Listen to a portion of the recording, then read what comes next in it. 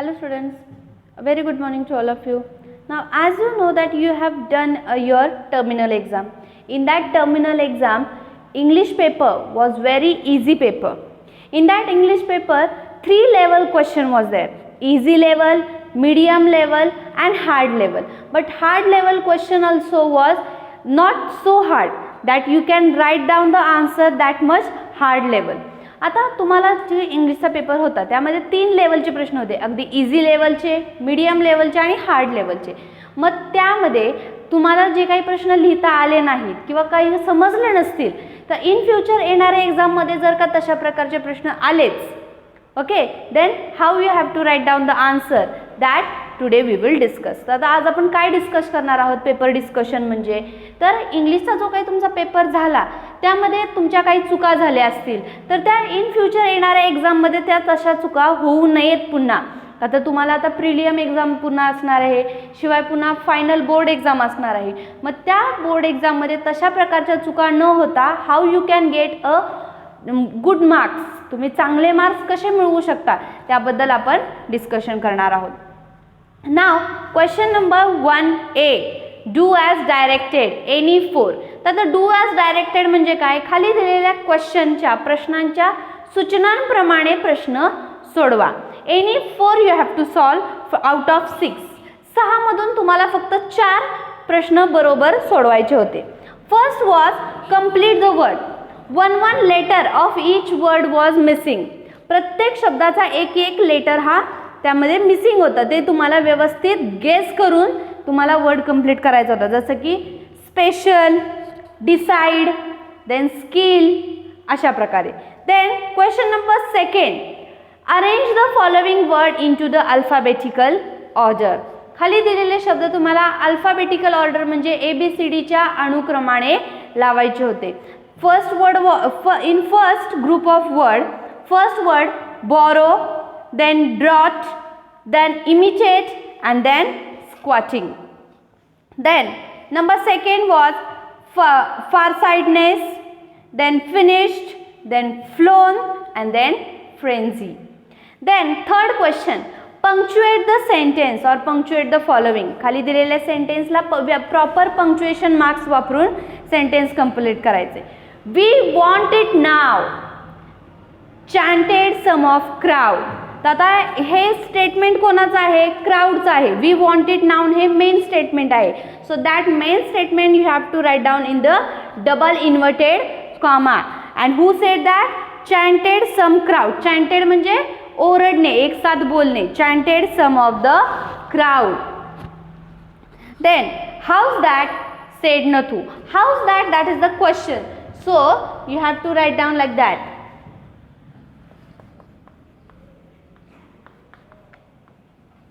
How's that said Nathu. How's that असं नथू बोलला. Then next, make the words. With the help of one word you have to make the smaller word as many as you can. दिलेल्या एका शब्दापासून छोटे छोटे शब्द बनवायचे होते, कमीत कमी 4 तरी बनवायचे होते, पण एका शब्दामध्ये किमान 3 लेटर असणारा शब्द बनवायचा होता. अगदी छोटे म्हणजे 2 लेटरवाले नाही तर 3 लेटरवाले तरी शब्द बनवायचे होते, जसं की manage. The main word was manager. Manager, then manage, anger, age and then man. अशा प्रकारे शब्द. मग तुम्ही आन्सर सुद्धा अशा प्रकारे व्यवस्थित तुम्हाला रिप्रेझेंट करता आलं पाहिजे. आता या व्हिडिओच्या सोबत मी तुम्हाला एक PDF पाठवलेली आहे आन्सर कीची. त्या आन्सर कीमध्ये तुम्ही आन्सर कशा प्रकारे प्रेझेंट करायला पाहिजेत ते व्यवस्थित सांगितलेलं आहे. मग तशा प्रकारे तुम्ही आन्सर प्रेझेंट करायला शिकलं पाहिजे. तर next is related word. Write down the related word with the help of web diagram. Classroom, क्लासरूमच्या related word. Then you can write the teacher, students, blackboard, white board, chalk, duster, charts, anything related to the classroom. Classroom म्हणजे तुमचा वर्ग, वर्गाच्या related जे काही शब्द आठवतील ते तुम्हाला लिहायचे होते. Then prepare a word chain. Word chain म्हणजे तुम्हाला माहिती आहे, जो शब्द दिलेला आहे त्या शब्दाच्या एंडिंगचं लेटर घेऊन दुसरा नवीन शब्द, जसं की walk, kite, then E egg, then G goat, then T table. म्हणजे अशा प्रकारे. Now this questions answer also may be vary. आता ह्या प्रश्नाचं उत्तर प्रत्येकाचं वेगळं असू शकतं, प्रत्येकजण त्याच्या इमॅजिनेशननुसार इथं शब्द बनवू शकतो. पण अशा प्रकारे पहिल्या शब्दाचं जे शेवटचं लेटर आहे त्यापासून दुसरा शब्द, दुसऱ्या शब्दाच्या शेवटच्या लेटरपासून तिसरा शब्द, तिसऱ्या शब्दाच्या शेवटच्या लेटरपासून पुन्हा next new word. Okay. Then next is B, do as directed. आता त्या डू ॲज डायरेक्टेडमध्ये तुम्हाला टोटल 4 क्वेश्चन होते. त्या out of 4 question you have to write down 2. त्या 4 पैकी तुम्हाला 2 कोणते पण लिहायचे होते. पहिल्या प्रश्न मेन 2 होते आणि सब क्वेश्चन 4 होते. तर मेन 2 क्वेश्चनमधला 1 आणि पुन्हा खालच्या मेन 2 क्वेश्चनमधला 1, असे टोटल तुम्हाला 2 प्रश्न सोडवायचे होते. Make meaningful sentence to get the better off. To get the better off हे वापरून तुम्हाला एक मिनिंगफुल सेंटेन्स बनवायचं होतं. जसं की she tried to get the better of me in the game but lost anyway. Okay. The next is add suffix and prefix and make sentence. तर suffix and prefix तुम्हाला माहिती आहेच ऑलरेडी. सफिक्स म्हणजे शब्दाच्या दिलेल्या शब्दाच्या आधी लावल्या जाणाऱ्या प्रत्ययाला आपण प्रिफिक्स म्हणतो, बरोबर. प्री म्हणजे आधी आणि दिलेल्या शब्दाच्या नंतर लावल्या जाणाऱ्या प्रत्ययाला सफिक्स म्हणतात. मग तुम्हाला वर्ड दिलेले होते हेल्प, मग तुम्ही हेल्पसाठी सफिक्स लावू शकता, जसं की हेल्पफुल और हेल्पलेस. ओके. त्यानंतर युनिवर्स, युनिव्हर्सल और युनिव्हर्सिटी, अशा प्रकारे तुम्ही सफिक्स जोडून तुम्हाला शब्द लिहायचे होते आणि with the help of that new word you have to make a sentence. तुम्हाला नवीन तयार सफिक्स किंवा प्रिफिक्स जोडून झालेल्या शब्दापासून दुसरं वाक्य बनवायचं होतं. जसं की for example helpful. Rima is very helpful for everyone. Then second was add clause. Sentence दिलेले सेंटेन्स आहे त्यामध्ये तुम्हाला क्लॉज ॲड करायचं होतं. I offered him a peeled banana. Okay. Then you can write I offered him a peeled banana for puja or for eating. Okay. और to eat. मी त्याला केळं दिलं, कशासाठी? खाण्यासाठी, पूजेसाठी. ते तुम्ही as you have to write down. This also answer may vary. आता ह्याचं सुद्धा आन्सर प्रत्येकाचं वेगळं असू शकतं. Then make meaningful sentence anyone. Help, universe. आता हेल्प आणि युनिवर्स हे 2 शब्द दिलेले आहेत. त्या 2 शब्दांपैकी एका शब्दापासून कोणत्याही एक मिनिंगफुल सेंटेन्स तुम्हाला बनवायचे. जसं की help, Raj help to the beggar. Okay. Raj हे always, otherwise you can write Raj always help to beggar. Raj हा नेहमी भिकाऱ्यांना मदत करतो. Okay. Then section second, passage. Read the given passage and do related activities. A1 true or false. The compound had many trees. Now this passage was of encounter of a special kind. Encounter of a special kind हा जो धडा आहे आपल्या पाठ्यपुस्तकातील त्याच्यातील हा passage आहे. The first, the compound had many trees. True. Holidays provided the narrator an opportunity to read various magazine and story book. हॉलिडेजमुळे, सुट्ट्यांमुळे लेखकाला खूप सारी पुस्तके वाचण्याचं संधी मिळालेली होती. बरोबर आहे का? Yes, true. Narrator's father was a professor. लेखकाचे फादर प्रोफेसर होते. हे इज इट ट्रू और false? You have to write down. Then narrator's house was far away from the campus. Narrator म्हणजेच लेखकाचं घर त्या कॅम्पसपासून खूप लांब होतं का? ट्रू और false? You have to write down. Then A second, complete the web with the help of 1 point, आता तुम्हाला एक पॉईंट दिलेला आहे, त्याच्या मदतीने तुम्हाला वेब डायग्राम कंप्लीट करायची आहे. Description of the campus where the writer's family lived. आता पॅसेजमध्ये whenever the question related to the passage, जेव्हा केव्हा तुम्हाला पॅसेजच्या रिलेटेड प्रश्न येतात त्यावेळेस the most important thing is you have to read down the passage very carefully. तुम्हाला पॅसेज व्यवस्थितच वाचायला हवा. If you will read the passage carefully then only you can write the answer. आता इथं प्रश्न काय आहे की रायटरची फॅमिली ज्या कॅम्पसमध्ये राहत होती त्या कॅम्पसचं वर्णन आलेले वाक्य तुम्हाला इथं लिहायचे. Description of the campus where the writer's family lived. So you can write on the trees attractive squirrels and birds in campus. Then it was a large campus. Then luxurious with green grass. Then full of colorful flowers. अशा प्रकारे तुम्ही लिहायचे. Then vocabulary. Make your own meaningful sentence. To be a part and parcel of. To be a part and parcel of या जी काही phrase आहे त्याच्यापासून तुम्हाला एक मिनिंगफुल सेंटेन्स बनवायचं आहे. Friendship means to be a part and parcel of anyone's life. Okay. Then second to be engrossed in, याच्यापासून सुद्धा तुम्हाला सेंटेन्स बनवायचा आहे. To be engrossed in. He was examining the plan to be engrossed in his own idea. Then A4 grammar. The silence was occasionally broken by the sound of my family snoring. Now this sentence is of passive voice. आता हे sentence passive व्हॉइसचं आहे ते तुम्हाला active व्हॉइसमध्ये convert करायचं आहे. म्हणजे तुम्हाला इथं चेंज द व्हॉइस. ओके. तर पॅसिव्ह व्हॉइसचं सेंटेन्स ॲक्टिव्ह व्हॉइसमध्ये कन्वर्ट करायचं आहे. तर ते कसं येईल? The sound of my family snoring occasionally break the silence. Okay. Then next, the compound was luxurious with green grass. Make it exclamatory. आता या सेंटेन्सचं तुम्हाला एक्सक्लामेटरी सेंटेन्स म्हणजेच उद्गारवाचक वाक्य बनवायचं आहे. The sentence will be what a luxurious compound it was. What a luxurious compound it was, and then exclamation mark. Then A5. Why do you think the narrator ignored the barking of dogs? तुम्हाला काय वाटतं की नरेटरने म्हणजेच रायटरने कुत्र्याचं भुंकणं ignore का केलं असेल? त्या कुत्र्याच्या भुंकण्याकडे दुर्लक्ष का केलं असावं?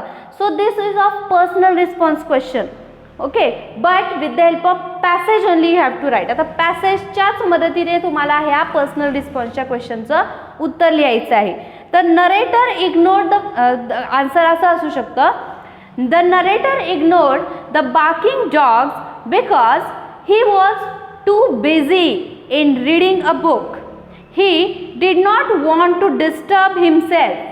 The narrator thought that it must be the routine affair of street dogs barking at a helpless pig near the street.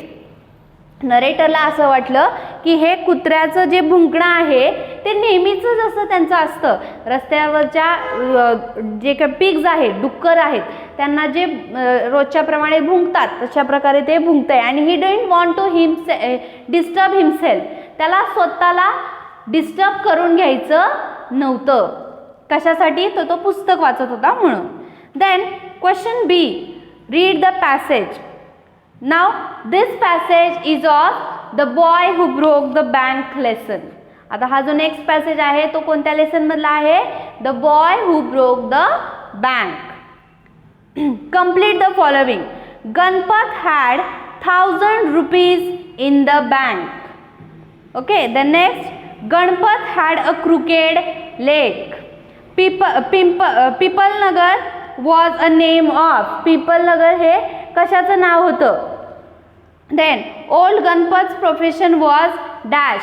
म्हाताऱ्या गणपतचं प्रोफेशन काय होतं? आता हे प्रश्न तुम्ही कधी लिहू शकता? जेव्हा तुम्ही व्यवस्थित पॅसेज रीड कराल तेव्हाच तुम्ही या प्रश्नांची उत्तरं लिहू शकता. So the most important thing again I am telling, whenever the passage will come you have to read down the passage very carefully. Then complete the web.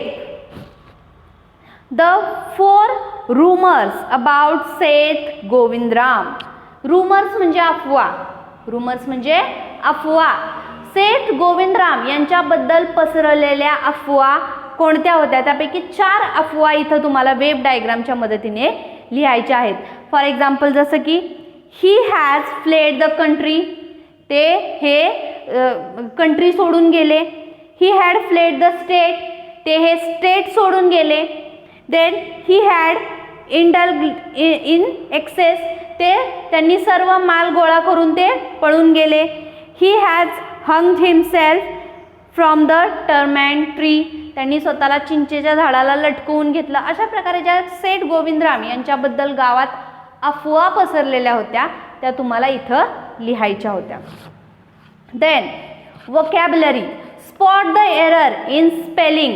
आता तुम्हाला स्पेलिंग दिलेले आहेत, त्या स्पेलिंगचा उच्चार हा उच्चार बरोबर आहे परंतु दिलेलं स्पेलिंग हे चुकीचं आहे. मग ते करेक्ट स्पेलिंग तुम्हाला पॅसेजमधून शोधून लिहायचं होतं. जसं की स्क्वॉटिंग. स्क्वॉटिंगमध्ये तुमचं स्पेलिंग तिथं त्यांनी डबल टी दिलेला नाही आहे. Squatting SQUATING. This spelling they had given, but the right spelling is SQUATTING. Squatting. Okay. Then crooked. Crooked also they have written the wrong. Crooked. Then correct spelling of crooked is CROOKED. Crooked. Then circulated. farsightness. आता हे जे spelling आहेत त्याचा उच्चार बरोबर होतोय परंतु spelling चुकीचा आहे. Then B4 grammar. He had been squatting on the pavement. State the tense. He had been. आता सेंटेन्सचं स्ट्रक्चर काय आहे? Subject plus had been plus he had been squatting. Squatting हे वर्ब आहे म्हणजेच verb plus ING plus object. आता हे sentence structure कोणत्या टेन्समध्ये असतं तर past perfect continuous tense. Past perfect continuous tense. Subject plus had been plus verb plus ING plus object. Past perfect continuous tense. The next he had never been known to walk. Add question tag. आता काही मुलांचं add question tag आणि WH क्वेश्चनमध्ये confusion होतं. तर WH question म्हणजे काय? ज्या प्रश्नाची सुरुवात WH वर्डने करायला लागते त्या प्रश्नाला WH क्वेश्चन म्हणतात. WH वर्ड म्हणजे कोणते? व्हॉट, हाऊ, वेअर, हाऊस अशा प्रकारचे प्रश्न. अशा प्रकारच्या शब्दांनी ज्या प्रश्नांची सुरुवात होते त्याला WH क्वेश्चन म्हणतात. आणि ॲड क्वेश्चन टॅग म्हणजे काय की दिलेलं जे काही तुम्हाला वाक्य आहे ते वाक्य ॲज इट इज लिहायचं, कॉमा द्यायचा आणि वाक्यातील ऑक्झिलरी आणि सब्जेक्ट हे पुन्हा लिहायचं. जर का सेंटेन्स पॉझिटिव्ह असेल तर ऑक्झिलरी सोबत नॉट म्हणजेच नकारात्मक शब्द जोडून पुन्हा सब्जेक्ट लिहायचा. आणि जर का दिलेला सेंटेन्स हे पॉझिटिव्ह असेल, नकारात्मक नसेल, पॉझिटिव्ह असेल तर नकारात्मक येतं. जसं की he had never been known to walk. He had never been known to walk. Then comma hadn't he. Okay. वाक्यामध्ये ऑक्झिलरी काय आलेली आहे? had. So hadn't. Then next personal response question. What is a rumor according to you? तुमच्या मते अफवा म्हणजे काय? The rumour for example आता ह्याचं प्रश्नाचं उत्तर सुद्धा प्रत्येकाचं वेगळं असू शकतं. जसं की rumor are often spread by source that are not credible. म्हणजेच काय? अफवा ह्या कशाच्याही बेसिसवरती पसरत नाहीत. अफवा ह्या लोक उगीच पसरवतात बरोबर, त्यांना त्यामध्ये कोणतंही सत्यता नसते. अ rumor itself is not credible unless it is a proven to be true. पसरलेल्या अफवा सत्य सिद्धता करू शकत नाहीत, करू शकतातच असं नसतं. The next section 3rd poetry. Question number 3rd A. Read the extract and complete the activities. Choose correct option. According to the poet, dash are brought by each new day, new beginnings. Then we must decide to take the road which leads to great success. Each new day fetches decisions. Then the darkened road leads to great distress. Then next A2, draw and complete. The speaker has to take the decision. आता तुम्हाला इथं web डायग्रामच्या मदतीने 2 points present करायचे. The speaker has to take the decision. कवितेमध्ये जो काही speaker आहे, बोलणारा आहे कवी, त्याला कोणते डिसिजन घ्यावे लागतात. ईच डे न्यू डिसिजन, त्याला नवीन दिवशी नवीन डिसिजन घ्यावा लागतो. Then have to choose the road of life, त्याला आयुष्याचा मार्ग चॉईस करावा लागतो. Then A3, poetic device, figure of speech. एक सेंटेन्स दिलेला आहे, त्या सेंटेन्समधलं फिगर ऑफ स्पीच तुम्हाला ओळखायचं आहे. Decision I must make.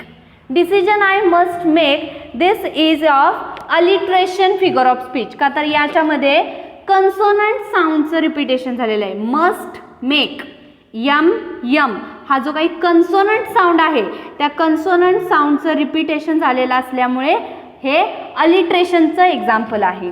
Then next is B, appreciation of poem. आता ॲप्रिसिएशन ऑफ पोयममध्ये तुम्हाला पोयम दिलेली असते, बरोबर, खाली पॉईंट्स देखील दिलेले असतात. मग त्या पॉईंट्सच्या मदतीने तुम्हाला फक्त पोयम्सबद्दल माहिती सांगायची असते. जसं की टायटल, पोयमचं टायटल काय आहे, तर तुम्हाला काही वेळेला पोयमचं टायटल ऑलरेडी दिलेलं असतं, तर काही वेळेला तुम्हाला आता ती जी पोयम असते ती तुमच्या पुस्तकातलीच पोयम असते, ती अनसीन पोयम नसते, बरोबर.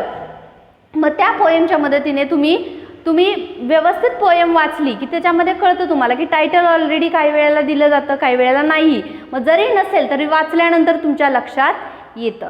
So title of poem. Now in this question paper, the title of poem for the appreciation, that is Basket Full of Moonlight.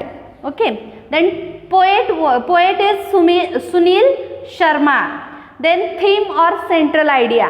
तर थीम किंवा सेंट्रल आयडिया जी आहे ते म्हणजे काय लिहायचं असतं, तर कवितेच्या मदतीने तुम्हाला काय सांगण्याचा प्रयत्न करतोय किंवा कवितेची थीम काय आहे, कवी कशा प्रकारे कवीच्या भावना काय आहेत कविता व्यक्त करताना, त्या थोडक्यात 2 to 3 लाईनमध्ये लिहायच्या आहेत. आता बास्केट फुल ऑफ मूनलाईटची थीम किंवा सेंट्रल आयडिया काय आहे, तर the central idea of the poem is a child's desire to spend more time with his father. It's about a child's imagination where he thinks he can help his father and others return home early with a lightning path.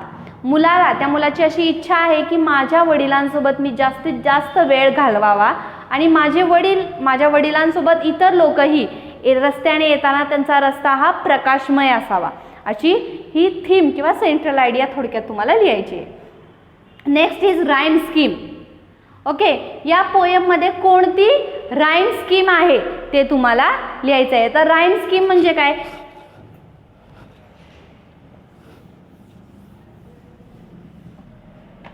For example, आता जर का एक for एक्झाम्पलसाठी मी तुम्हाला सांगते, जर का एका first पॅसेजमध्ये जे रायमिंग वर्ड नेहमी एंडिंगला येतात, बरोबर, पॅसेजमध्ये, मग इथं जर स्टार वॉर असं आलेलं आहे, तर आर याचं सेम प्रोनाऊन्सिएशन आहे म्हणून हे ए लिहायचं.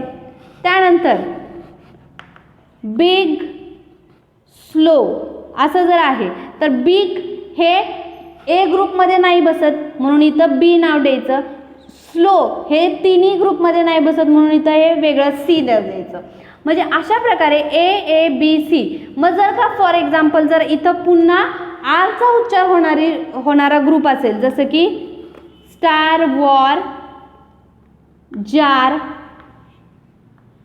असं असेल तर ग्रुप येईल A.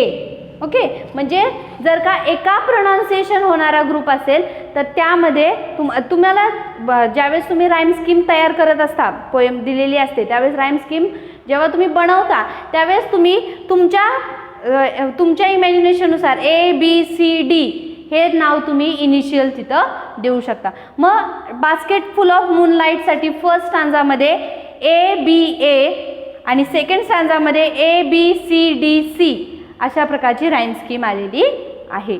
Then figure of speech, पोएममध्ये कोणतं फिगर ऑफ स्पीच आहे?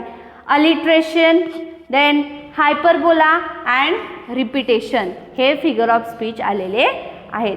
Then section 4 textual passage means unseen passage. तुम्हाला अनसीन पॅसेज सुद्धा आलेला आहे. जसं question number 4A read the passage. आता इथे सुद्धा जर का तुम्ही पॅसेज व्यवस्थित रीड केलात तरच तुम्हाला व्यवस्थित आन्सर लिहिता येऊ शकतात. Complete the following. Baba's social reform work is based on the ideology of Gandhiji, Jyotirao Phule and Babasaheb Ambedkar. Then Baba blames the caste system for equality. Then according to Baba, without a cultural revolution, we will never achieve equality. Then the unions are funded through contribution and form small economical activities.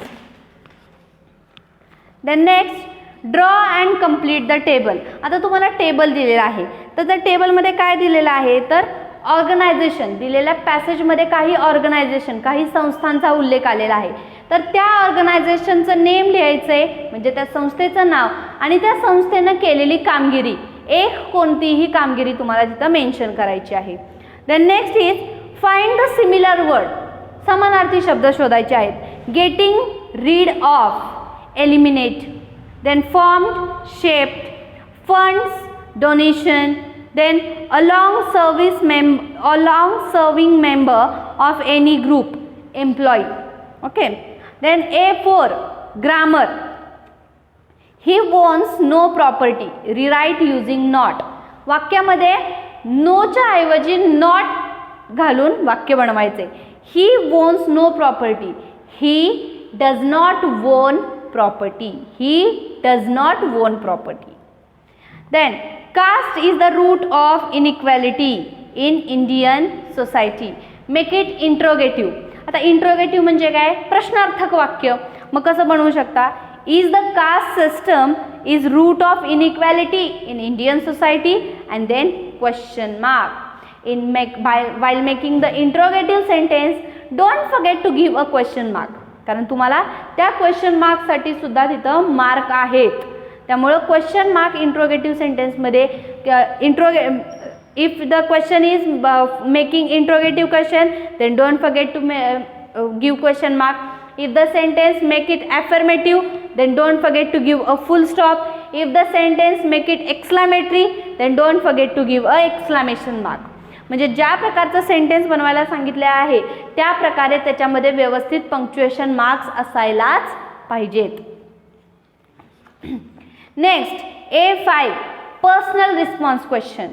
Explain in 2 to 3 sentences your reaction when you are confronted with any injustice done with domestic workers or laborers. You are confronted with any injustice. Confronted म्हणजे सामना. Okay, with any injustice. Injustice म्हणजे अन्याय. Done with domestic worker or labor. घरगुती कामगार किंवा जे काही कामगार आहेत, लेबर्स आहेत, त्यांच्याविषयी त्यांना कोणत्या अन्यायांना सामोरं जावं लागतं ते that you have to write down the problems, which problems they face. ते कोणत्या प्रॉब्लेम्सला सामोरे जातात ते तुम्हाला इथं लिहायचं आहे. Now this question is of 2 marks. So at least 4 point you should write which problem they face. ते कोणत्या प्रॉब्लेम्सला अडचणींना सामोरे जातात. प्रॉब्लेम्स कोण तर लेबर्स किंवा domestic workers. Then question B, write the summary and suggest title. दिलेला जो पॅसेज आहे त्या पॅसेजची समरी लिहायची म्हणजे त्या पॅसेजमधून तुम्हाला काय लक्षात आलं ते इम्पॉर्टंट पॉईंट आणि त्या पॅसेजला तुम्हाला एक सुटेबल टायटल द्यायचं आहे. आता तो पॅसेज जो आहे तो एक सोशल रिफॉर्मरची माहिती आहे, बरोबर. So you can right title a great social reformer Babasaheb Adhav असं टायटल देऊ शकता. आणि त्यानंतर तुम्ही खाली त्यांच्याविषयी समरी एक 5 ते 6 लाईन्समध्ये समरी त्यांच्याविषयी जे काही पॅसेजमध्ये दिलेले त्यातून समरी तुम्ही लिहू शकता. Then section 4 writing skill. Now here they had given one advertisement. एक ॲडव्हर्टिजमेंट दिलेली आहे. With the help of that advertisement you have to write down the letter and they had given you 2 option. आता लेटरमध्ये सुद्धा त्यांनी तुम्हाला 2 options दिलेले आहेत. One option is of formal letter and one option is of informal letter. एक letter लिहायचं आहे तुमच्या फ्रेंड्सला की you have to convince him or her to come with you for a tour.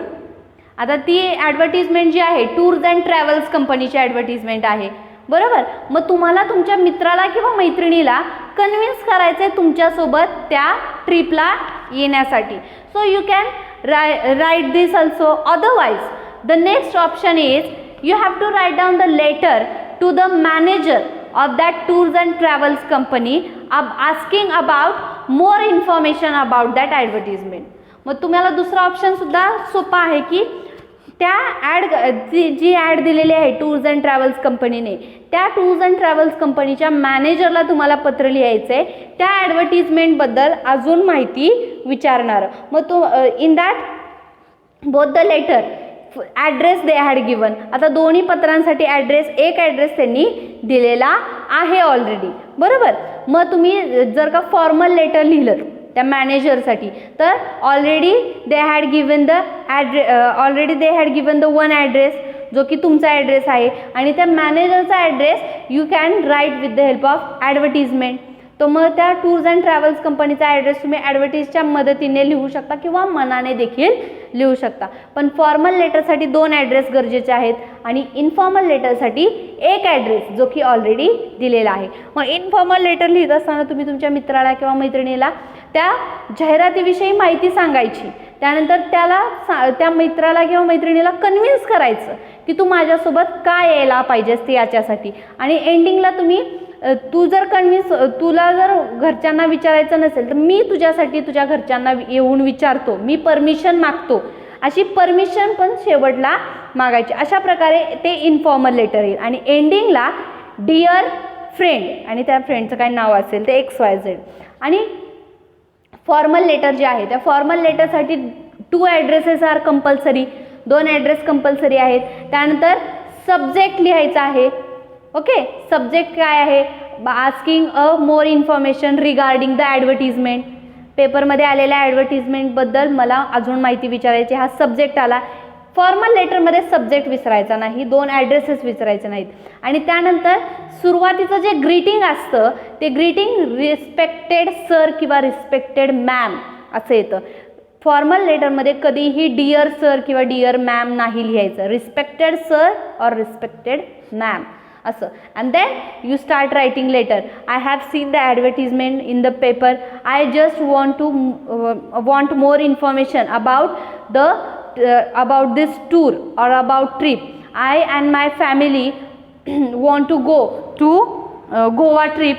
So we are 4 members in family. So which package should we choose? मग ते how many rupees I need for that package. अशा प्रकारे म्हणजे मला तुमच्या जाहिरातीमध्ये मी वाचलं, मग त्यामध्ये आम्ही गोवा ट्रिप सिलेक्ट करत आहोत. तर गोव्याला जाण्यासाठी मग कितीचं पॅकेज लागेल, आम्ही 4 जण आहोत, मग किती मनी लागेल, अशा प्रकारे एक माहिती विचारायची असते. Then next is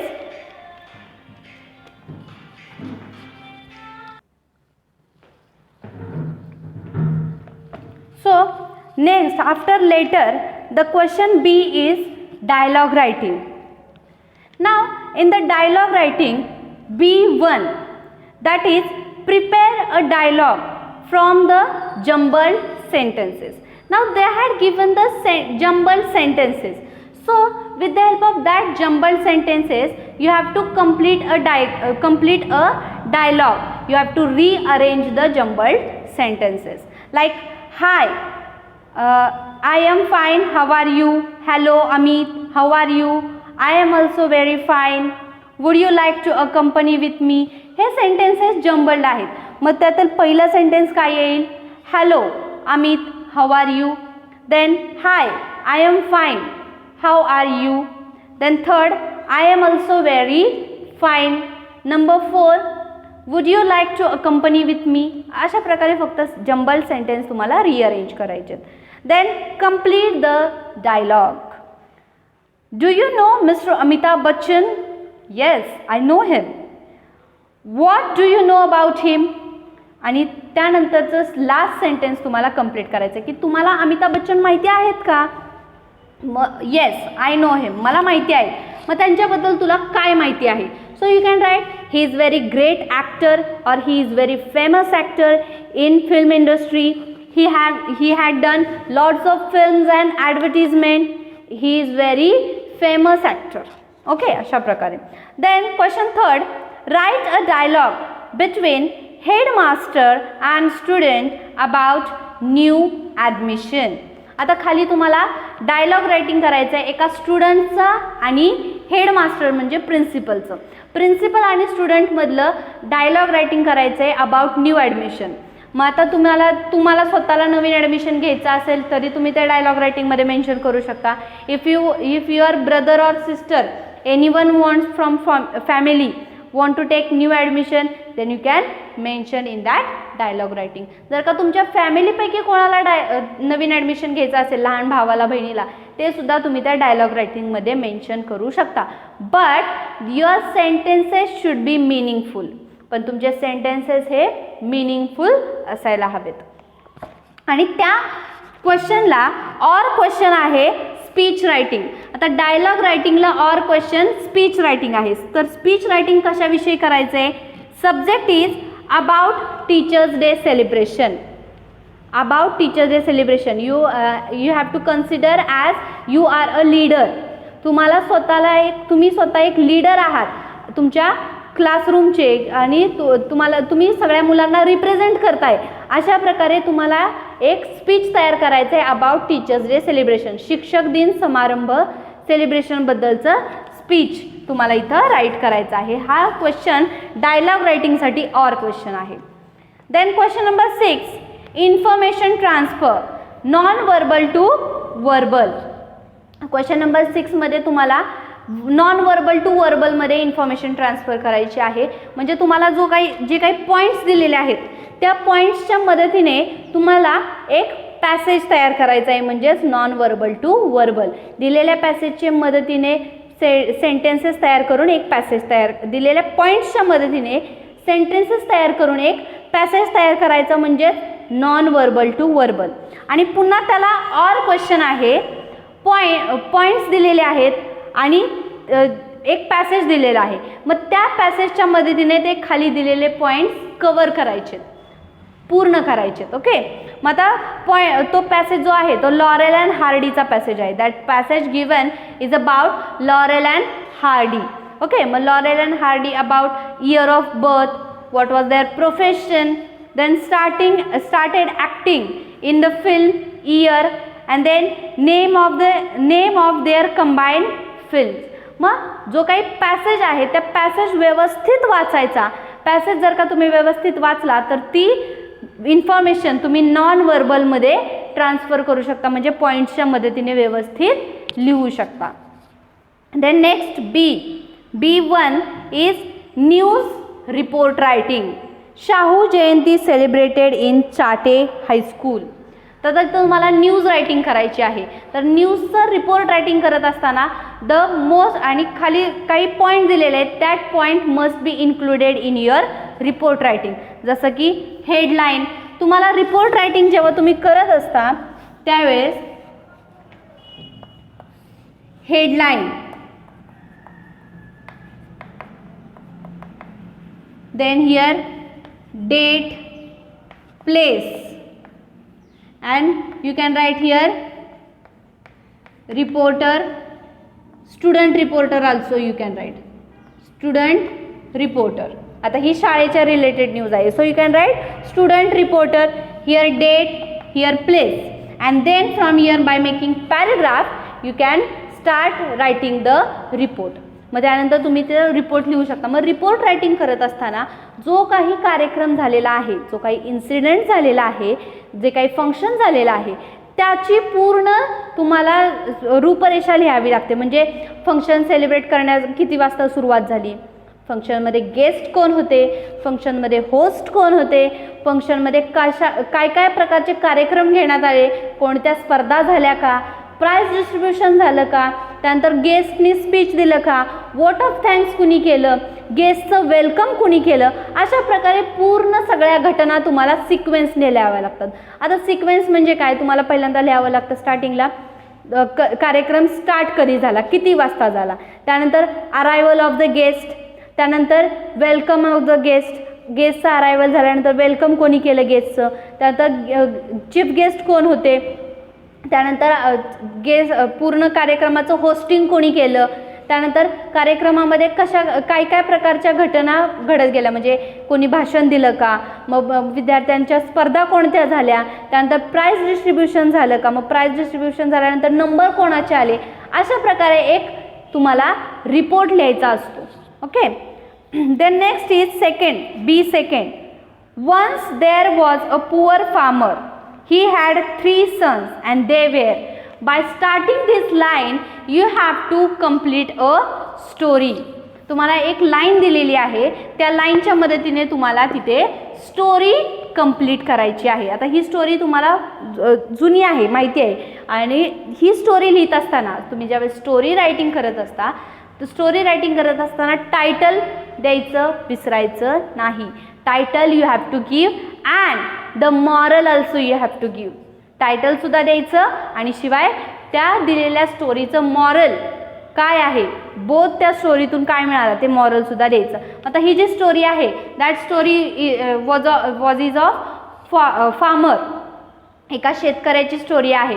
that farmer was having 3 sons and that 3 sons was very lazy boys. त्याचे जे काही 3 मुलं होती ती खूप लेझी होती, आळशी होती.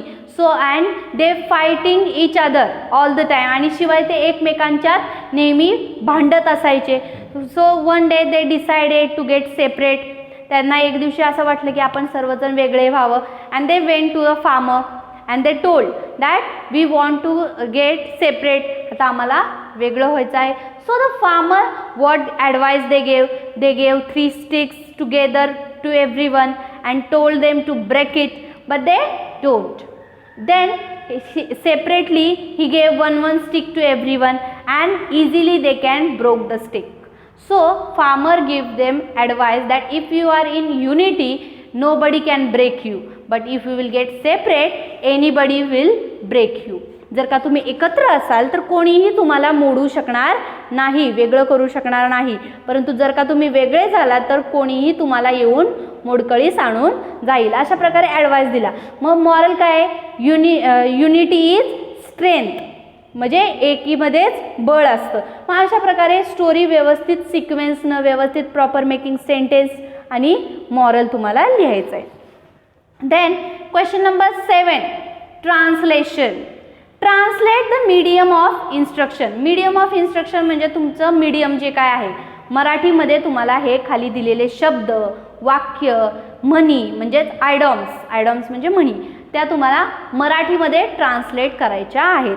सो फर्स्ट इज सरफेस, पृष्ठभाग, सिस्टीम म्हणजे व्यवस्था, हॅबिट सवय, कॉन्फिडन्स आत्मविश्वास, देन युनिव्हर्सल सार्वत्रिक, टेस्ट चव. Then from that you have to solve any 4. आता तुम्हाला त्या शब्दांपैकी एनी 4 कोणतेही 4च शब्दांचे मराठी अर्थ लिहायचे होते. Then B, don't use mobile phone while driving a car. गाडी चालवताना मोबाईलचा वापर टाळा. Then use helmet while riding a bike. गाडी चालवताना हेल्मेटचा वापर करा. Then follow traffic rule. वाहतुकीच्या नियमांचे पालन करा. Then all the glitter is not good. All the glitter is not gold. प्रत्येक चमकणारी गोष्ट सोनं नसते. Then no pain no gain. कष्ट नाही तर फळ नाही. अशा प्रकारे हा आपला इंग्लिशचा पेपर होता. The paper was very easy paper. Now with the help of that video you will come to know how you can write the answers. आता तुम्हाला या व्हिडिओच्या मदतीने कळेलच. But as well as with this video I am sending the PDF of answer key. आता तुम्हाला या व्हिडिओच्या बरोबरच मी आन्सर कीची PDF पाठवते. त्यामुळे तुम्हाला लक्षात येईल how you will represent the answer. तुम्ही आन्सर प्रेझेंट कशा प्रकारे करायला हवं that you will come to know. Thank you.